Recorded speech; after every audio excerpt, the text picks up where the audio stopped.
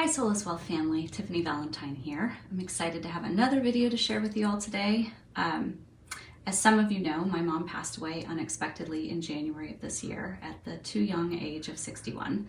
Going into Mother's Day, as I record this, I can imagine this holiday will feel much different than years past. And for all of those of you who have lost your mothers, please know you're in my thoughts and prayers.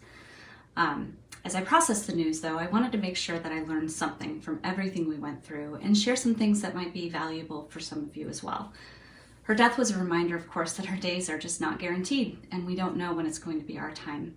Some families are blessed with an opportunity to prepare in advance, and for others, like our family, life's cut short before you even begin to think about preparation, and we're often left with regrets. I know I wished I had spent more time listening to her stories and just sharing memories, but there are also some really practical reminders that I jotted down since January, and I wanted to share those with you.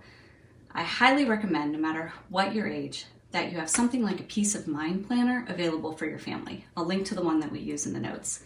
I know most of you have estate planning packages that were created by your attorneys, but they don't usually include the really simple things you need, like your cell phone password or bank and email passwords, and just information that we keep floating in our heads at all time.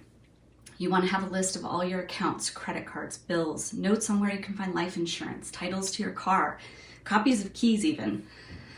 I'm also a firm believer now that everyone should have a password manager, and make sure that you store your master password in a secure location that your family can access. So many websites require passwords and two-factor authentication, so having access to her phone was really valuable.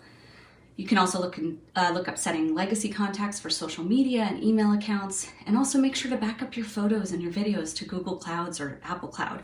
One of the best parts of going through Mom's phone was discovering she had a Google Photos account I didn't know about, and she had recorded some videos that were really special.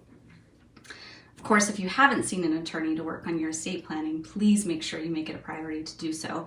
Each state is different, but you definitely want to talk to your attorney about whether setting up a trust or having at least a transfer on death agreement on your accounts is something they would suggest. And also make sure you discuss a power of attorney for finances so you can avoid your loved ones from having to go to the courts if something happens like dementia or Alzheimer's. It's essential to communicate with your family about your end-of-life wishes, and important to have an open and honest conversation about these topics to avoid any misunderstandings later. You may even want to consider having your family as part of that process so they have a better understanding of your wishes and how they can carry them out. For younger families like mine, I even have an in case of emergency document here that has bullet points listed for my family on who they need to contact and where they can find information. Anyway, I hope this information helps some of you, and of course, please feel free to reach out if you have any questions or if there's anything that we can do to help you. It's been our pleasure to walk beside some of you through your loss, and we really, truly thank you for your trust in us. I hope all of you had a wonderful Mother's Day holiday and enjoy your upcoming Memorial Day weekend as well.